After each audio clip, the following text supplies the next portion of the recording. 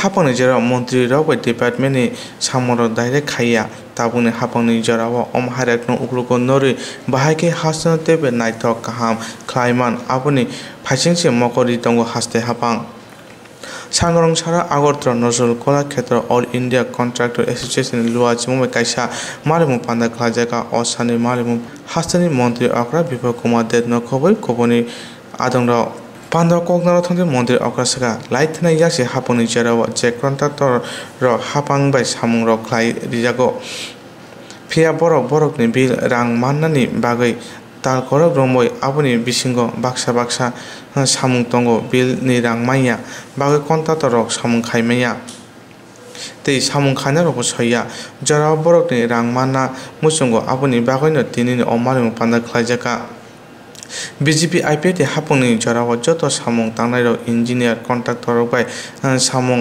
खारि मारक बरकनि बिलनि रां रक ताबुक फानो दे गजाय दं आबरकनि बिल माइया तंखे आबुनि बागैनि दिनैनि अमारिमु पान्दा ख्लाइजागो ताबुनि हापुंनि जेराव जे बर सामुं खायो बरक दाक्ति न बिलनि रां न मानाने उंथों आबुनि बागै यां वासा उंना ता नांथों ताल करब रंबय तंना ता नांथों आबुनि बागैनो ताबुकनि हापां बिल तंमारक न हुई रिना बागै सामुं खाइ दंगो हास्तेव जत कन्ट्राक्टर दंगो बरक तैब सामुं खाइ मानथों फाननि रां गजाय तंना ता नांथों आबुनि बागैनो डिपार्टमेन्टनि आदरनो साइरिजाका कन्ट्राक्टर रकनि रां न कासुइतनि यानि बागै आबुनि बागैनो हास्तिनि मन्त्री अक्रा कबका बरकनो जायखाय रिनानि बागै ছোট নিজেকে আঁকা নয় আপনারা কাজটা করার কম্পিটিশন করার কারিগর আমি আপনাদের কাছ থেকে কিছু জিনিস আজকে চাইব যেটা দীপক বলেছে আমি ইঞ্জিনিয়ার চিফকে অলরেডি বলেছি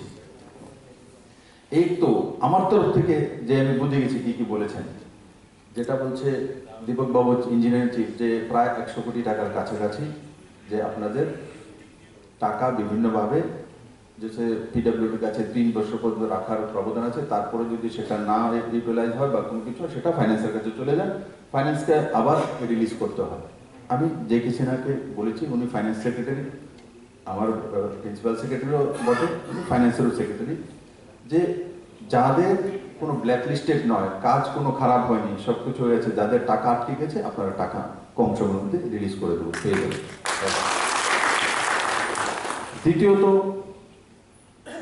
দ্বিতীয়ত একটা সবচেয়ে ভালো কাজ যেটা আপনাদের জন্য হয়েছে যে আপনাদের ব্যক্তি নামের উপরে কন্ট্রাক্টর লাইসেন্স ছিল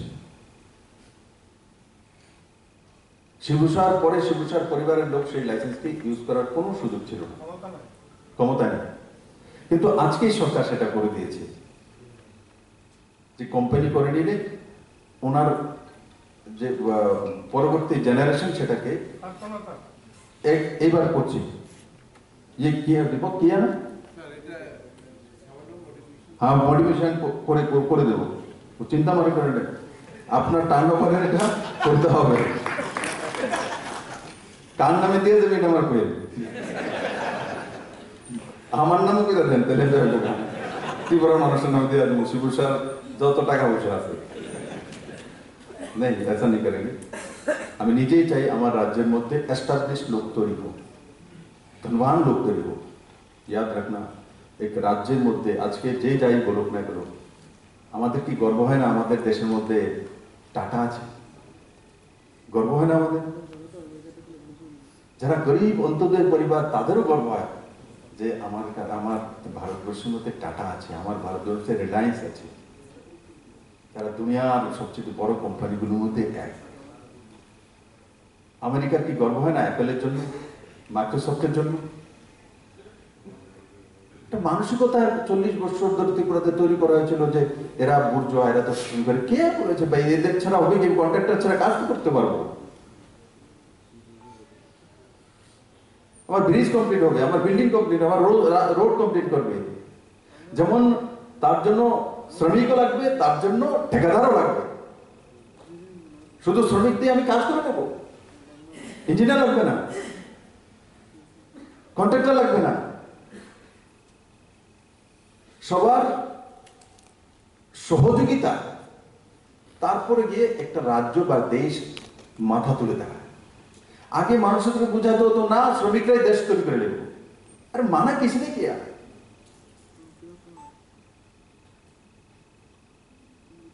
শ্রমিকও লাগবে, টিচারও লাগবে, উকিলও লাগবে, কন্ট্রাক্টরও লাগবে, অফিসারও লাগবে, মুখ্যমন্ত্রীও লাগবে, পুরো সিস্টেম লাগবে। আর যখন পুরো সিস্টেম এক মানসিকতা কাজ করে, মধ্যে দ্বিধা না থাকে, তখন গিয়ে রাজ্য দাঁড়িয়ে যায়। বাস আমি এটা চাই।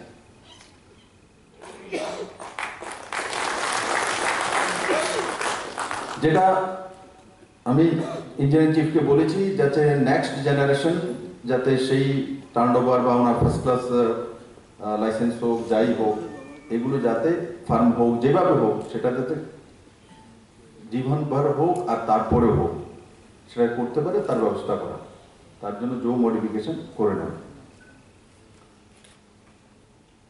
আরেকটা বিষয়ে দীপক বাবু ডিটেলস আলোচনা করেছে যে কি কি জায়গায় সরলীকরণ করা হয়েছে, কি কি করেছে। আপনারা জানেন অনেক কিছু সরলীকরণ করেছে, আমি ডিটেলসে বলবো না, দীপক বাবু কিছু বলেছে এখানে।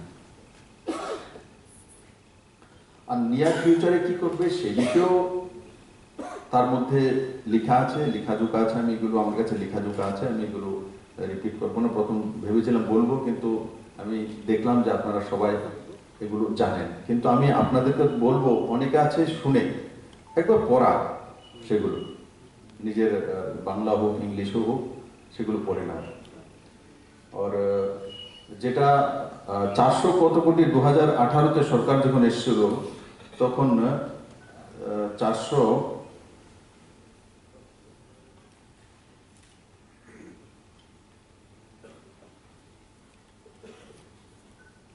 472 কোটি টাকা, 472 কোটি 47 লক্ষ টাকা, সেটা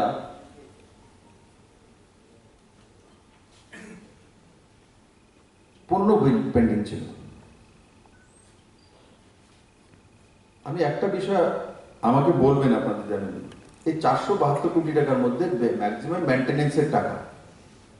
তো সেগুলোর মধ্যে যেটা দীপকবাবু আপনাদের বললেন যে 70-80 কোটি টাকা পর্যন্ত দিয়েছি, আরেকটা জায়গাতে কিছু টাকা দিয়েছি।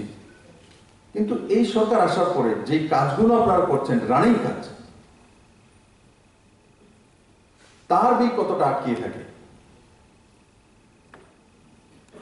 যেমন নতুন কাজ 2018-তে পেয়েছেন, তার বিল কতটা পেন্ডিং আছে আমাকে একটু বলতে পারেন। যে 2018-তে সরকার আসার পর নতুন কাজ যখন আমরা করছি, যে যে কাজ করেছি, যে আমরা কমপ্লিট করে দিয়েছি, যে আমাদের কমপ্লিট করার পর মনে করেন যে আমি 5টা কাজ করেছি, কমপ্লিট করেছি, তার মধ্যে 10 কোটি টাকার কাজ করেছি। 10 কোটি টাকার মধ্যে সরকার শুধু আমাকে 2 কোটি টাকা দিয়েছে, 8 কোটিটা আটকে রেখেছে।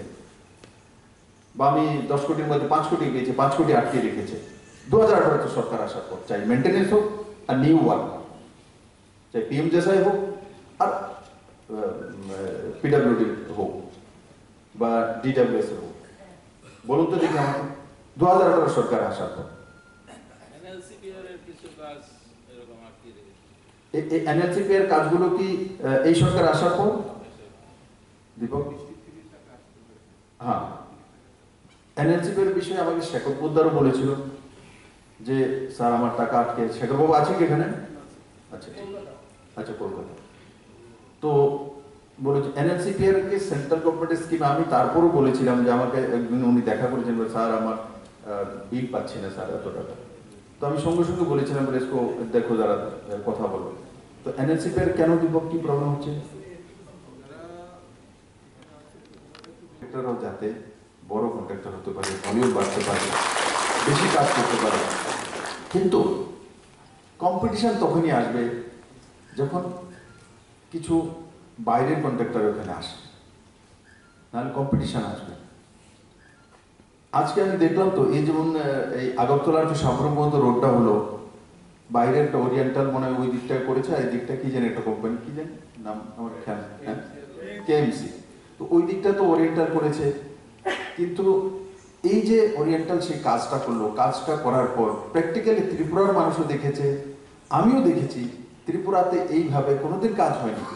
আমাদের প্র্যাকটিক্যালি আমাদের ইঞ্জিনিয়াররাও অনেক কিছু, আমাদের এখানে এনএইচআইডিসিএল পিডব্লিউডি থেকে ডেপুটেশনে যায় ইঞ্জিনিয়ার, আমার ইঞ্জিনিয়ারই কাজ করে। কিন্তু এই যে প্যাপ শোল্ডার তৈরি হলো রোড, তো তার প্র্যাকটিক্যালি দেখা, প্র্যাকটিক্যাল করা। এই ধরনের কি আমার ত্রিপুরার কোন কন্ট্রাক্টর কোনদিন করেছে? আমাকে বলে স্যার এমন ধরনের টেন্ডার তো হতোই না ত্রিপুরা, তো আমরা কোথা থেকে করবো? স্বাভাবিক। পিডাব্লিউডি এই ধরনের কোনো টেন্ডার করেও নি, না এই ধরনের মেশিনারি আমাদের কাছে তৎকালীন সময় ছিল, না তার ব্যবস্থা ছিল। এক্সপোজার লাগে। এখন যেমন আগরতলাতে হাই রাইজ বিল্ডিং করব, তো তখন দেখলাম যে এখানে করার জন্য নেই। স্বাভাবিক, এখানে একসময় 5 মঞ্জিলার উপরে বিল্ডিংই হতো না, পারমিশনই দিত না, তো কোথা থেকে হবে?